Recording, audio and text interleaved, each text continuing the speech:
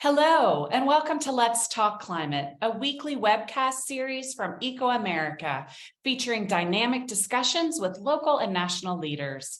We offer diverse perspectives and bring forth the latest thinking and best practices for building public support and political resolve for equitable climate solutions in the U.S. Please engage with us online using the hashtag Let's Talk Climate.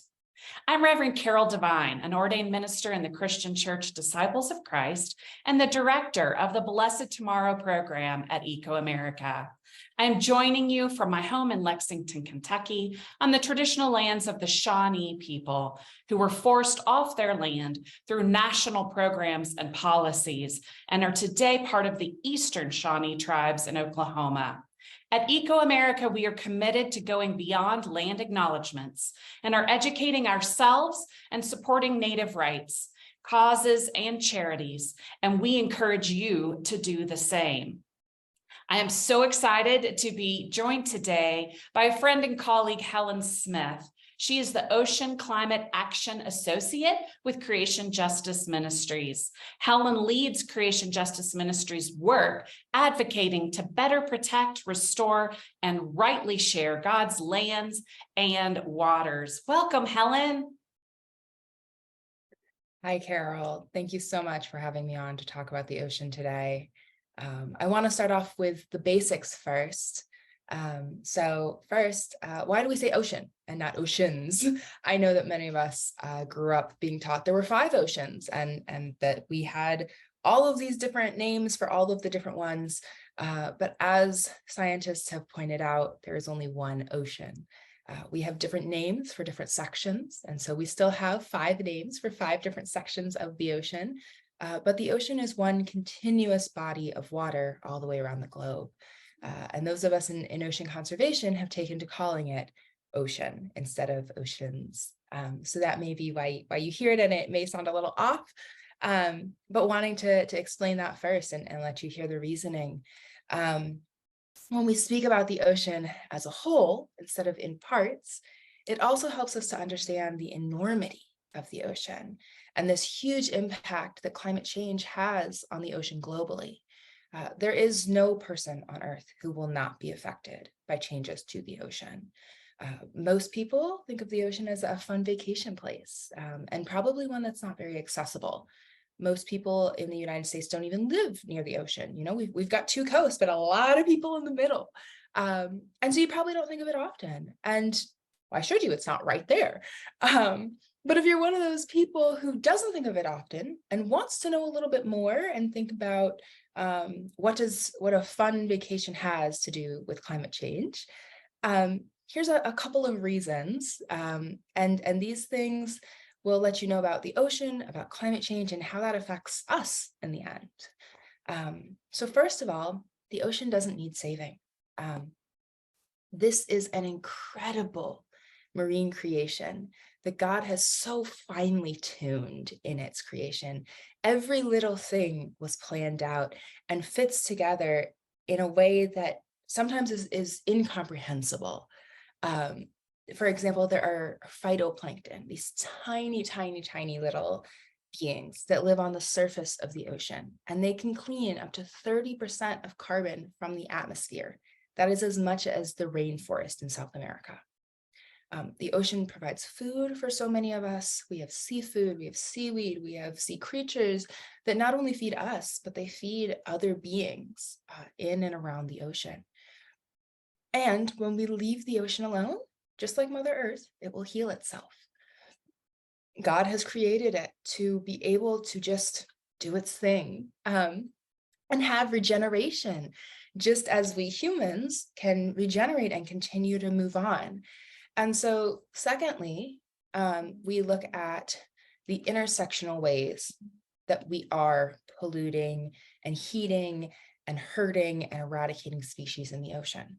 While it is true that the ocean can and will save itself, we cannot expect an open wound to heal if it is still being opened. We have to step back and let it rest so that it can go forward and begin the healing process. There are so many things that are hurting the ocean, unfortunately. We've got overfishing, bottom trawling, oil and gas drilling, microplastic pollution, a number of things. And we have to look at all of those things to see how to step back and let the ocean do its thing. And we can change our behavior. God has given us this incredible ability to change and evolve and learn, and we can change our behavior to let God's marine creation have a break and do its thing and heal. And so if you're wondering, how do I do that? Here's a couple of ways. First of all, talk about it with other people. The more we talk about it, the more people know, the more people learn, the more people are interested. If you don't know where to start, we've got a great 2-pager. It's Our Ocean, Changing Climate, Shifting Tides. And it's all about, what are the facts? What are tips to talk to your community? How are you presenting this? How do other people know? And you can share it anywhere. It doesn't just have to be at your church. It can be at any other extracurricular. It can be, you ran into someone at the grocery store. What are you doing today? I was thinking about the ocean. It can be so simple. And it never has to be a lecture. It can be a conversation and a learning experience together. And some of the highlights are things we do on land affect the ocean. So clean energy and clean transportation, that's huge. There's less carbon for the ocean to have to heal itself from. Small scale farming, we're not doing huge pollutants. We've got small farms that are able to provide for people. We're not taking away meat. We're not making everybody be a vegan. If you'd like to be, cool, great, go for it. You don't have to be. We just want to make sure that we're not overproducing. Thrifting and recycling clothing.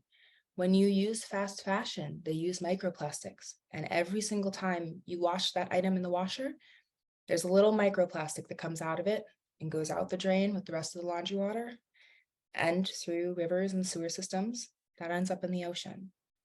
And then eating locally grown food. The less we have trucks and planes bringing it to and fro, the less carbon we have, the more the ocean's able to simply be and to heal itself. And we recognize that there are overlapping issues here. There are people in food deserts who don't have ready access to that. And that's one of the things we have to address. Addressing the ocean means addressing food deserts. Everything is interconnected and intersectional. And so at the end of the day, not only do we want there to be an ocean for the health of God's people and God's planet and God's ocean, we want there to be an ocean to enjoy.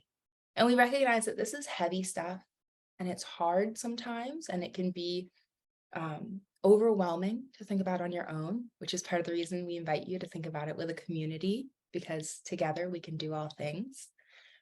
But there's so many aspects of water that are healing, that are joyful, and we don't want to lose those things for ourselves or anyone who comes after us. And so we're doing this work not only for God's planet, but for God's people to enjoy, to have it there, to have the fun vacation and to splash in the water and play in the sand and be in community with God through God's creation. And I just want to thank you so much, Carol, for having me on. Of course, there's the resource.